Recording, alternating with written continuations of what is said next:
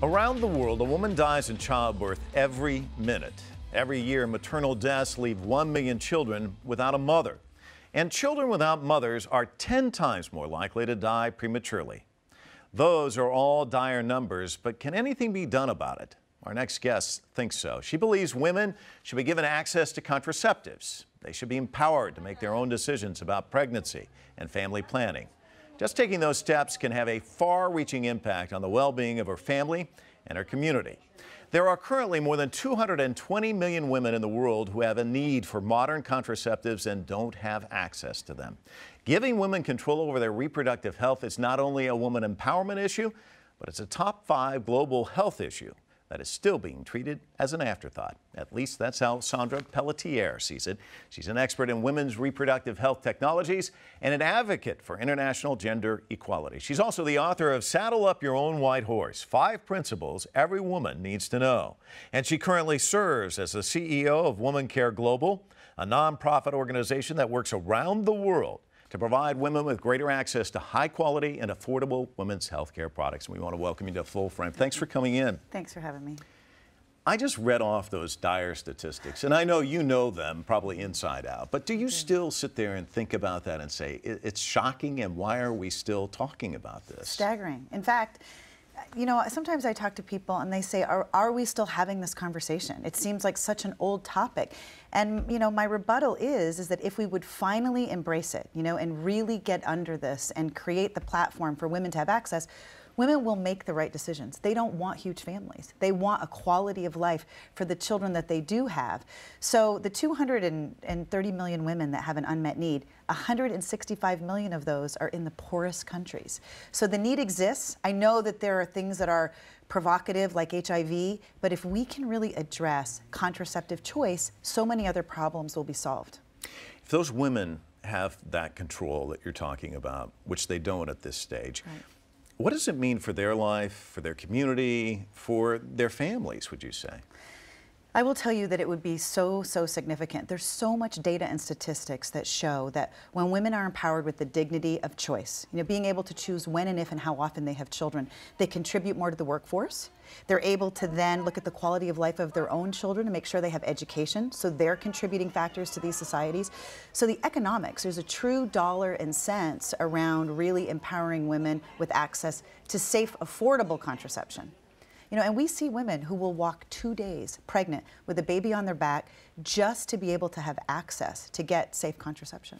You know, it's interesting you were saying, you know, we're still having this conversation and the passion that comes out when you're talking about this. Clearly, this is something you care passionately about. Are there days where you just have to look at the small victories, or do you feel like you are making headway, or is it one of those days where you're just like, oh, people, listen to me, you know, or do you go through all of those?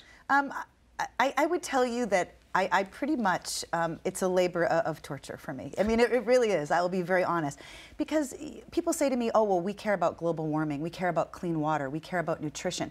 Everybody's moved on to something else. And I say, look, at the beginning and the middle and the end of the day, if there are fewer children that women want, by the way, this isn't force-fed. We're not talking about forcing sterilization on people. We're talking about really allowing them to choose family size.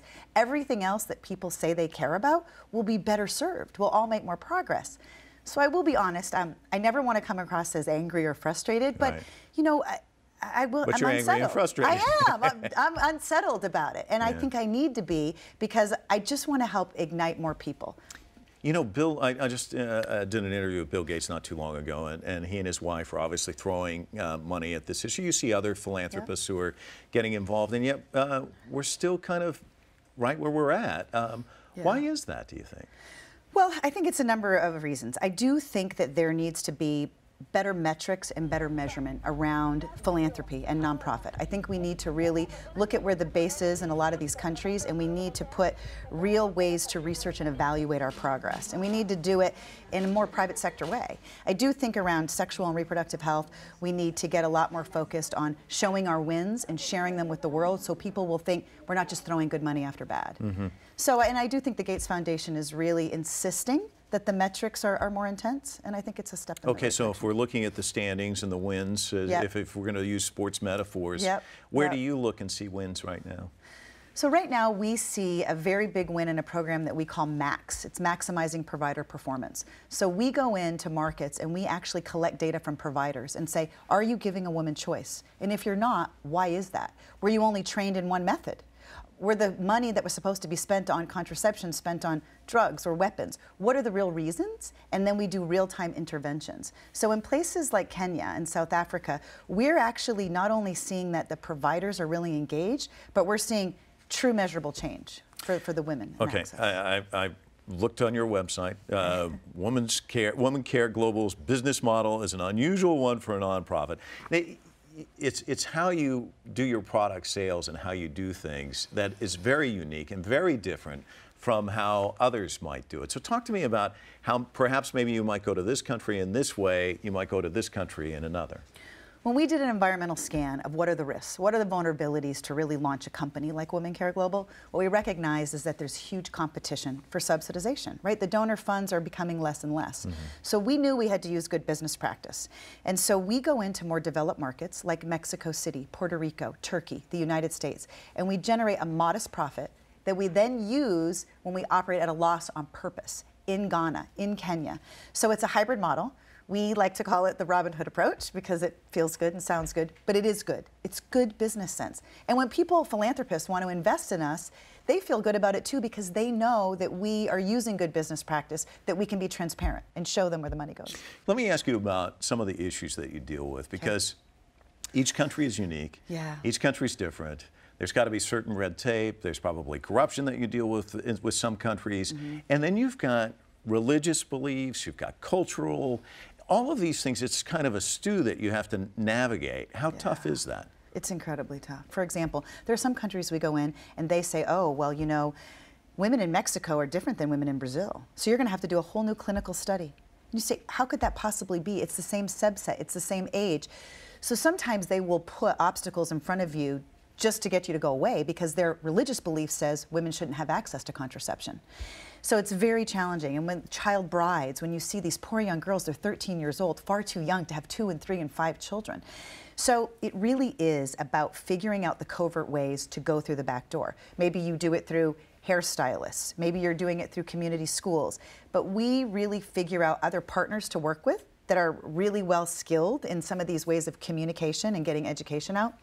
But it's very challenging, and the other quick thing to say is that what's excellent about our expertise is that we bring quality manufacturing and regulatory. Why it matters is there's a lot of counterfeit products out there. Once you finally convince these poor women to do something against their religious beliefs, you want to make darn sure that it's a good product, that they can afford, that they don't have side effects from, because one negative experience, they'll stop using it.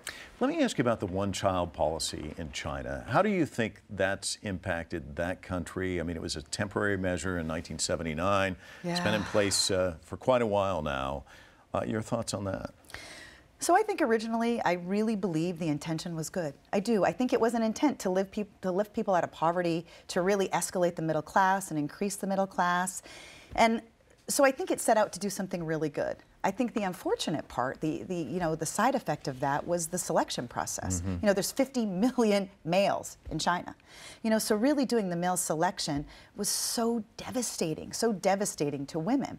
So I think now, at the end of the day, I'm a little discouraged to say this, but I'm worried that even though things have lightened and I think things will lift, I'm not sure how much good it's going to do because the poorest families couldn't pay the fines anyway. They were still having more children than they were supposed to. So really the sanctions went on people that were more privileged, that could afford it. So I think they're in a place now where, though the intentions and the change, I think, might have always been in the right place, I don't really know that that much progress is going to be made unless they find more programs to really educate and empower the poorest of the poor. Are you working in China and are you finding that consumers there are receptive to your message? We are working in China. We actually have some fantastic manufacturers in China with very high quality products, and we are finding an unbelievably positive reception.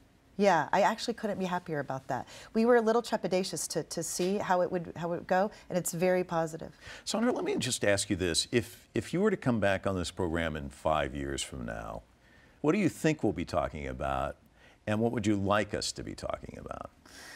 So I would love to come back in 5 years. I would like to be talking about two things. One, I would like to be able to tell you that we are doing very little work in contraceptive choice because the problems have been mostly solved. You're retired. I'm retired, exactly. I'm coming back for a totally different reason. But I would like to tell you that the money around things like HIV and the money around nutrition, that things that are equally important, but there was a huge shift that happened. That all of a sudden the wave, the eyes opened to say, oh my goodness, access, true access and the dignity of choice really is the first step for everything else to make sense. And so I would like to tell you that there's not 230 million women that have an unmet need. That's well below 50 million. But the realist in you suspects you'll be back here in 5 years just as passionate as you are today, or will we make No, at we're going least to make some progress. headways? No, I want to be honest. I really believe this. I really believe that we're going to make measurable progress. I don't think I could get up every day and do Groundhog's Day. I couldn't. I couldn't step into insanity. I just couldn't. I'm too pragmatic for that.